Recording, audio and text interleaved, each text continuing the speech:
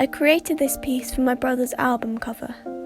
I started by exploring the work of album photographers, including Ellie Lucas, Rob Bridge and David Angel, as well as several experimental portrait photographers, using images from a couple of different photo shoots, including night photography, light trails, and studio portraits shot with projected images. I built up layers of instruments, colours, textures, and patterns around the central portrait shot. I also produced a series of related images for the album packaging, booklet, and promotional material.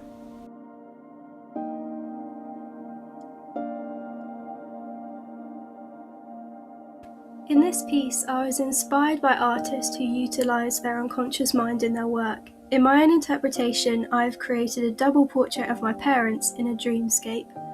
I discovered the art of abstract expressionist Jack Coulter, who uses his synesthesia to create colourful, automatic responses to music. Although I don't have synesthesia, the influence of his spontaneous working process can be seen in the dreamscape in the background of my work, which was made by letting the chance factor of the materials interacting guide the outcome. I then layered portraits of my parents over the top. The canvas is A0, making the dream that they are in dwarf and enclose them, showing the power that our unconscious mind holds over us.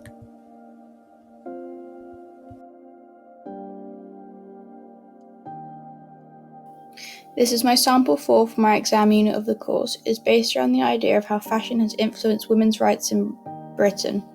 I was inspired by Jean-Paul Gaultier and Martin Magliello to create these pieces, particularly how they use denim to create texture and depth in the piece. I chose to use denim and hessian as a traditionally masculine fabric, and it was when women started to wear the fabric that they gained rights within Britain. As they entered the workplace, the fabric lost its connotations towards being a masculine fabric. To create detail, I used free machine embroidery and weaving on the denim strips, as well as incorporating denim elements from old jeans to explore jeans falling apart and losing their masculine connotations. This is my favourite piece as I love the texture and use, as well as using many of my favourite techniques within it.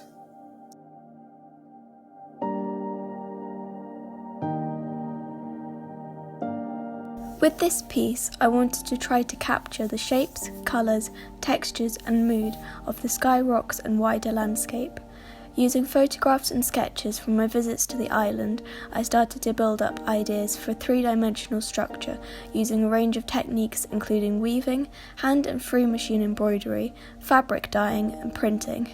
The use of these methods was inspired by earlier experiments and samples and the work of several textile and mixed media artists, including Mary Crean, Heather Collins, Gwen Headley, Rachel Singleton and Janet Edmonds.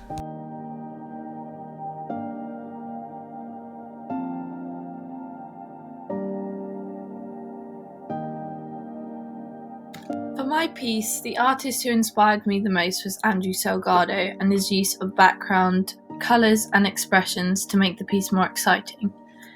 For me, the piece shows elements of feminist ideas and the different perceptions of women in different generations. Around the piece are quotes of different sexist experiences women in my life have faced, and therefore highlighting the need we still have in our society for feminism. The medium I have used is oil on canvas, but I've also incorporated some harsher materials such as corrugated cardboard and tissue paper in order to make the piece more textured and expressive.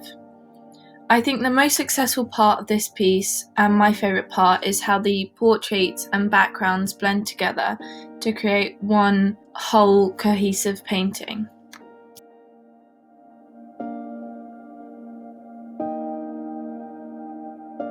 My stork sculpture was inspired by a range of activist artists fighting for animal rights and social change through their work. These include Nicola Hicks and Elizabeth Frink. As well as this, I was inspired by my personal beliefs that change needs to be made. To emphasise my point of plastic waste impacting wildlife, I mimicked the colour variations of a real stork's wings in different colours of plastic, melted together with a heat gun. This makes the piece much more eye-catching. I think the contrast in the plastic colours is very dramatic.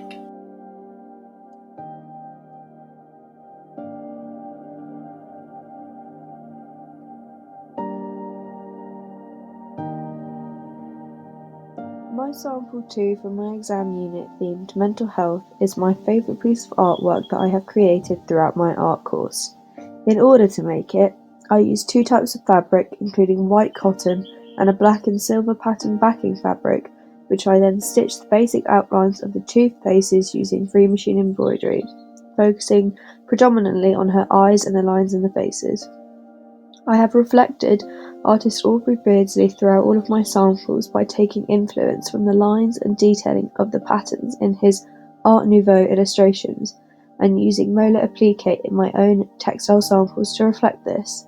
I've stitched in patterns and shapes around the figures' heads, which I have then cut around to reveal the hidden fabric that's underneath. Creating the sample was very meaningful and personal, and I intended to show through textiles how our emotions can spiral out of our minds and eventually surround us.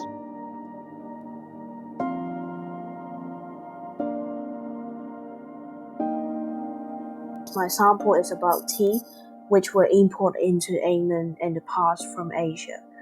Therefore, I would like to create an effect of pouring liquids with lots of tea leaves into it. This is the main thing I've done for my sample. I broke lots of crockeries into pieces with different size.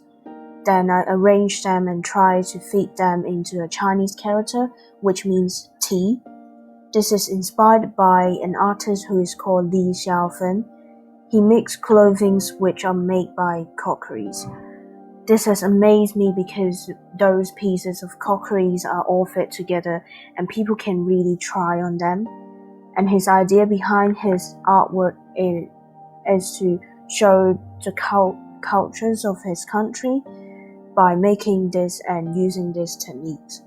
The final step of my sample is to pour the resin with tea leaves into the background.